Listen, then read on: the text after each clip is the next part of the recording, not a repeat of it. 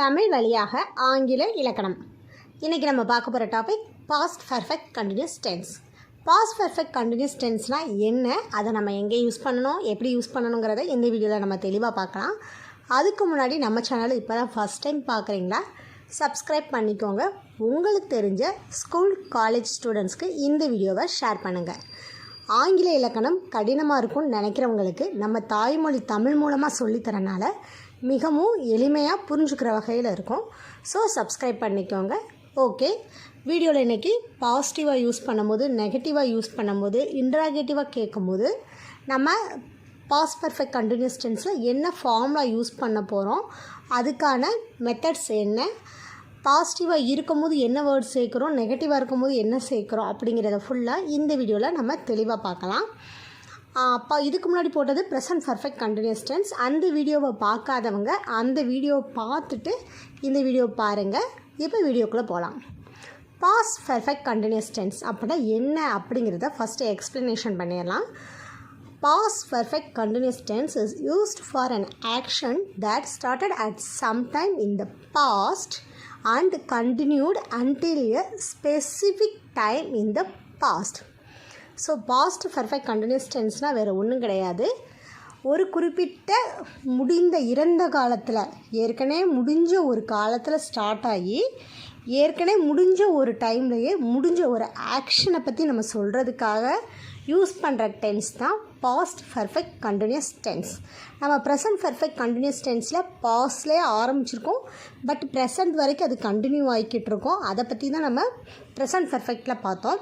பாஸ்ட்டுங்கிறது already முடிஞ்சு போச்சு, அதனால் நம்ம ஏற்கனவே முடிஞ்ச ஒரு நேரத்துலேருந்து ஸ்டார்ட் ஆகி ஏற்கனவே முடிஞ்ச ஒரு நேரத்துலையே ஃபினிஷ் ஆகிருக்கணும். ஃபார் எக்ஸாம்பிள், இப்போ 9 o'clock ஒரு ஆக்ஷன் 6 o'clock ஸ்டார்ட் பண்ணி 7 o'clock முடிஞ்சிருச்சு அப்படிங்கிற ஒரு ஆக்ஷனை நம்ம எக்ஸ்ப்ளனேஷனோடு சொல்கிறதுக்கு யூஸ் பண்ணுற டென்ஸ் தான் பாஸ்ட் பர்ஃபெக்ட் கண்டினியூஸ் டென்ஸ். ஒரு செயல் தொடர்ந்து கொஞ்சம் நேரம் டைம் எடுத்து செஞ்சுருப்போம், அந்த செயல் ஆல்ரெடி கம்ப்ளீட்டாகவே முடிஞ்சிருச்சு, இன்னும் அதை பாக்கி எதுவுமே இல்லை அப்படிங்கிற ஒரு செயலை நம்ம எக்ஸ்பிளைன் பண்ணுறதுக்காக யூஸ் பண்ணுற டென்ஸ் தான் பாஸ்ட் பர்ஃபெக்ட் கண்டினியூஸ் டென்ஸ். இது ஏற்கனவே இறந்த காலத்திலேயே ஸ்டார்ட் ஆகிருக்கும், இறந்த காலத்திலே முடிஞ்சிருக்கும். Very very simple and easy டென்ஸ்னால் பாஸ்ட் பர்ஃபெக்ட் கண்டினியூஸ் டென்ஸ் தான். இதுக்கு ரூல்ஸ் இருக்குது, பட் ஈஸியாக ஐடென்டிஃபை பண்ணுற மாதிரியான ரூல்ஸ் அண்ட் ரெகுலேஷன்ஸ் தான் இருக்குது.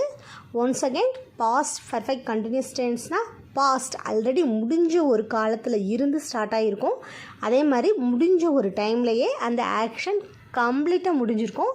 அந்த ஆக்ஷன் திரும்ப கண்டினியூ ஆகாது. ஆல்ரெடி முடிஞ்ச ஒரு இதை பற்றி நம்ம தெளிவாக ஒருத்தங்கிட்ட சொல்கிறதுக்கு தான் past perfect continuous tense use பண்ணுறோம். இப்போ நம்ம பாசிட்டிவாக யூஸ் பண்ணுறோம், பாஸ்ட் பர்ஃபெக்ட் டென்ஸையே நம்ம ஒருத்தங்கிட்ட பேசும்போது பாசிட்டிவாக சொல்கிறோம்னா அதுக்கான ஃபார்முலா என்னன்னு பார்த்துடலாம்.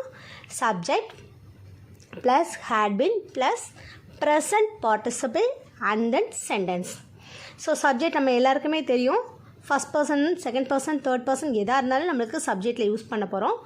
நம்ம ப்ரெசன்ட் பர்ஃபெக்ட் கண்டினியூஸ் டென்ஸில் என்ன பார்த்துருந்தோம்னா, first person, second person, third person நம்ம சப்ஜெக்டை பார்த்து ஹேஸ் பீனா ஹேட் பீனாங்கிறத நம்ம பார்த்துருந்தோம்.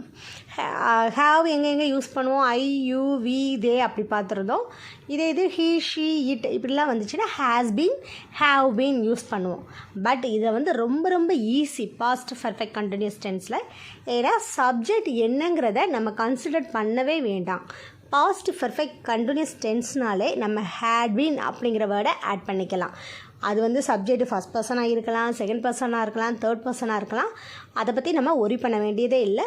had been ஆட் பண்ணிவிட்டு ப்ரெசன்ட் பார்ட்டிசிபிள், ஆல்ரெடி நம்ம எல்லாருக்குமே ப்ரெசன்ட் பார்ட்டிசிபிள் நல்லா தெரியும், ஏன்னா நம்ம இதுக்கு முன்னாடி வீடியோவில் தெளிவாக பார்த்துருக்கோம். ப்ரெசன்ட் பார்ட்டிசிபிள்னால் வேறு ஒன்றும் கிடையாது, நம்ம வெர்போட மெயின் வெர்போட ஐஎன்ஜி சேர்த்து ஒரு கண்டினியூ ஃபார்மேஷனில் எழுதுறது தான் ப்ரெசன்ட் பார்ட்டிசிபிள்.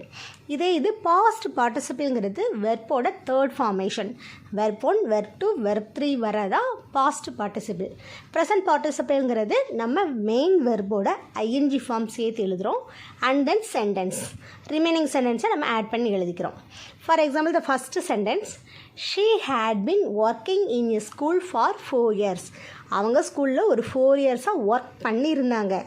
4 வருஷங்கிறது வந்து ஒரு கண்டினியூ ஆகிக்கிட்டு இருக்க ஆக்ஷன். ஸோ நம்ம இதில் வந்து சப்ஜெக்ட் என்னென்னு பார்க்க வேண்டாம். Had been, work is the main verb, அதனால் நம்ம ஐஎன்ஜி சேர்த்துக்கிறோம். And then remaining sentence, he had been studying in this college for 1 year. காலேஜில் 3 years கோர்ஸ் இருக்குது, பட் 1 year தான் அவங்க படித்தாங்க அப்படிங்கிறத நம்ம எக்ஸ்பிளைன் பண்ணுறோம். Third sentence, she had been decorating her house for 2 days. அவங்களோட ஹவுஸை டெக்கரேஷன் பண்ணுறதுக்கு அவங்க 2 days டைம் எடுத்துக்கிட்டாங்க. ஸோ இது எல்லாமே ஏற்கனவே நடந்து முடிஞ்ச ஒரு ஆக்ஷனை, அது பாசிட்டிவாக உள்ள சென்டென்ஸை நம்ம பேசுகிறதுக்கு யூஸ் பண்ணுறது தான் past perfect continuous tense. Subject என்னன்னு நம்ம பார்க்க வேண்டியதில் ஹேட் பீன் சேர்த்துட்டு மெயின் வெர்போட ஐஎன்ஜி ஃபார்ம் ஆட் பண்ண போகிறோம். அண்ட் தென் ரிமைனிங் என்ன சென்டென்ஸ் இருக்கோ அந்த சென்டென்ஸை நம்ம யூஸ் பண்ண போகிறோம். மோஸ்ட்லி இதில் வந்து ஃபார் அப்படிங்கிற வேர்டு வந்து நம்மளுக்கு கீவேர்டாக யூஸ் பண்ணியிருக்கோம். ஸோ இப்போ வந்து நம்ம பாசிட்டிவ் சென்டென்ஸில் எப்படி யூஸ் பண்ணுறோம், அதுக்கான ஃபார்மேஷன் என்ன, ஃபார்முலா என்ன, எல்லாமே நம்ம பார்த்துட்டோம். நெக்ஸ்ட்டு நம்ம பார்க்க போகிறது வந்து இது பாஸ்ட் பர்ஃபெக்ட் கண்டினியூஸ் டென்ஸை வந்து நம்ம ஒரு நெகட்டிவாக பேச போகிறோம். இவ்வளோ நேரம் நம்ம சொன்னது வந்து பாசிட்டிவாக சொன்னோம். 4 வருஷம் ஒர்க் பண்ணாங்க, 1 year படித்தாங்க, 2 days டெக்கரேஷன் பண்ண எடுத்துக்கிட்டாங்க. இது நெகட்டிவாக பேசினா நம்ம என்ன பண்ணணும், அதுக்கு என்னென்ன ஃபார்மேஷன் அப்படிங்கிறத நம்ம இப்போ பார்த்துடலாம்.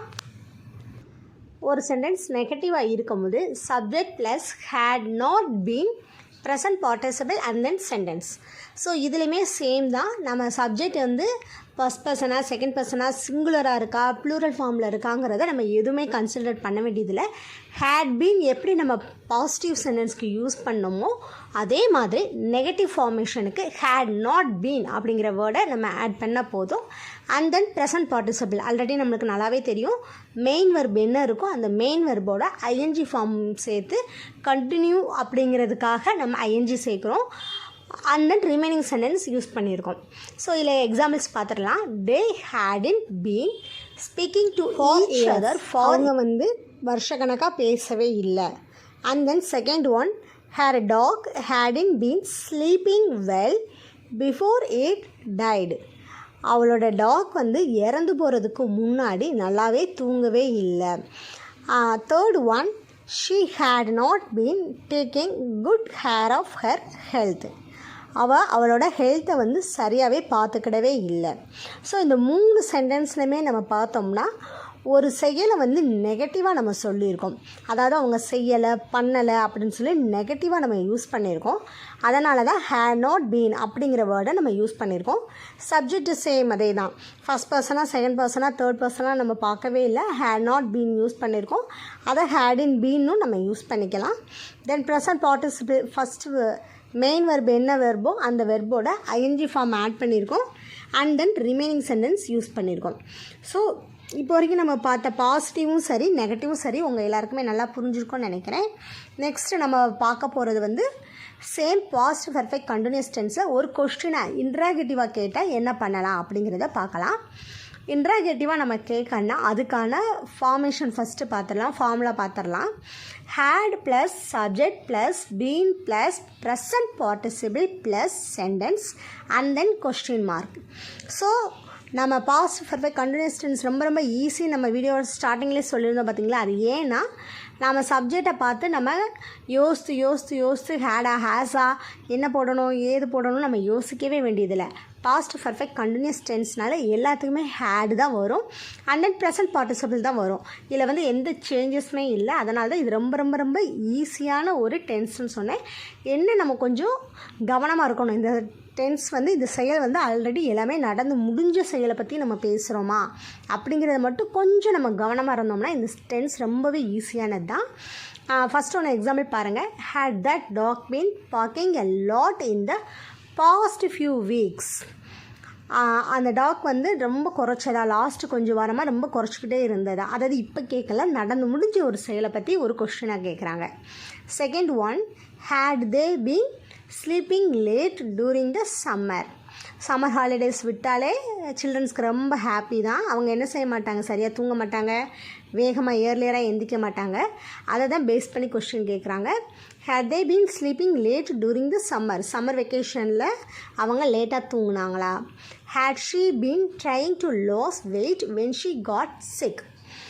ஒரு உடம்பு சரியில்லைன்னு போகும்போது வெயிட் லாஸ் பண்ணிட்டு வாங்க, அப்போ தான் ட்ரீட்மெண்ட் எடுக்க முடியும் அப்படிங்கிற மாதிரி சொன்னாங்கன்னா, அவங்க வந்து ட்ரை பண்ணாங்களா, வெயிட் லாஸ் பண்ண ட்ரை பண்ணாங்களான்னு அது அவங்கள பார்த்து முடிச்சு மேபி அவங்க வெயிட் லாஸ் பண்ணியிருக்கலாம். பண்ணதுக்கப்புறம் அவங்கள பற்றி இன்னொருத்தங்கிட்ட நம்ம கேட்குறோம்.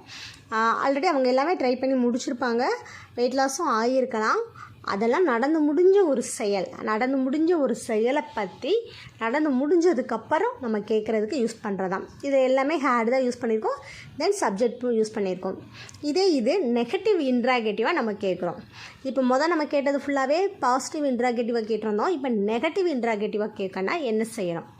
சேம் அதே தான், had plus subject plus not been. ஏன்னா நெகட்டிவாக நம்ம கேட்குறோம், அதனால் not been plus present participle and then sentence and then question mark. Second one, நம்மளுக்கு எப்போயுமே நெகட்டிவ் இன்ட்ராகேட்டிவாக கேட்கும்போது 2 ஃபார்மேஷன் இருக்கும். இது வந்து இந்த டென்ஸ்க்கு மட்டுமே, எல்லா டென்ஸ்க்கும் தான். நம்ம ப்ரீவியஸ் வீடியோவை கொஞ்சம் செக் பண்ணி பார்த்துக்கோங்க. Had it plus been plus present participle plus sentence and then question mark. நம்ம had plus subject plus not been அப்படின்னு நம்ம யூஸ் பண்ணிக்கலாம். இல்லைன்னா அந்த ஹேட் நாட் பீன் அப்படிங்கிறத தனித்தனியாக யூஸ் பண்ணாமல் ஹேடின் அப்படின்னு யூஸ் பண்ணிவிட்டு பீன் போட்டுட்டு சப்ஜெக்டை வந்து நம்ம என்ன செஞ்சிடலாம், பின்னாடியும் கொண்டு வந்துடலாம். Had he not been studying hard for exams at that time. அவன் வந்து எக்ஸாம்க்கு வந்து சரியாகவே படிக்கலையா அப்படின்னு நெகட்டிவாக நம்ம கேட்குறோம். had we not been eating food when she came. அவள் வரும்போது அங்கே சாப்பிட்லையா. had he not been studying since 2 o'clock. 2 o'clock வரைக்கும் நான் படிக்க சொல்லியிருந்தேன், அவன் படிக்கவே இல்லையா. ஸோ இதில் வந்து நம்ம செகண்ட் ஃபார்மேஷன் பார்த்திங்கன்னா had in beenக்கு அடுத்து நம்ம சப்ஜெக்ட் சேர்க்கணும். அந்த ஃபார்மேஷனில் சப்ஜெக்ட் இல்லாமல் இருக்குது. had he not been studying hard for exams at that time. Already முடிஞ்சது. at that time எக்ஸாம் டைமில் அவன் படிக்கலை, ஏன்னா மார்க் வந்து இப்போ ரொம்ப லெஸ்ஸாக வாங்கியிருக்கான். ஸோ படிக்கலையான்னு கேட்குறோம். Second one, had we not been eating food when she came.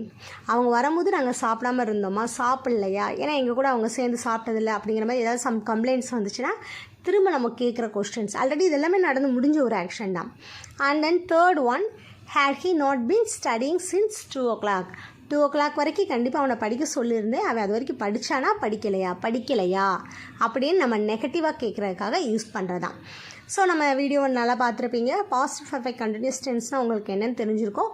Maybe இதில் வந்து உங்களுக்கு ஏதாவது டவுட் இருக்குது அப்படின்னா கமெண்ட் செக்ஷனில் கண்டிப்பாக கேளுங்க. என்ன டவுட்டாக இருந்தாலும் கமெண்ட்டில் ரிப்ளை பண்ணுறேன். மேபி பெரிய கமெண்ட்டாக இருந்துச்சுன்னா அதுக்குன்னு தனியாக ஒரு வீடியோ போடுறேன். ப்ளஸ் சப்ஸ்கிரைப் பண்ணிக்கோங்க. உங்களுக்கு தெரிஞ்ச ஸ்கூல் காலேஜ் ஸ்டூடெண்ட்ஸ்க்கு இந்த வீடியோவை கண்டிப்பாக ஷேர் பண்ணுங்கள். ஏன்னா நம்ம தாய்மொழி தமிழ் மூலமாக ஆங்கில இலக்கணத்தை கற்றுக்கிறது அவங்களுக்கும் ஈஸியாக இருக்கும், உங்களுக்கும் ஈஸியாக இருக்கும். தேங்க்யூ.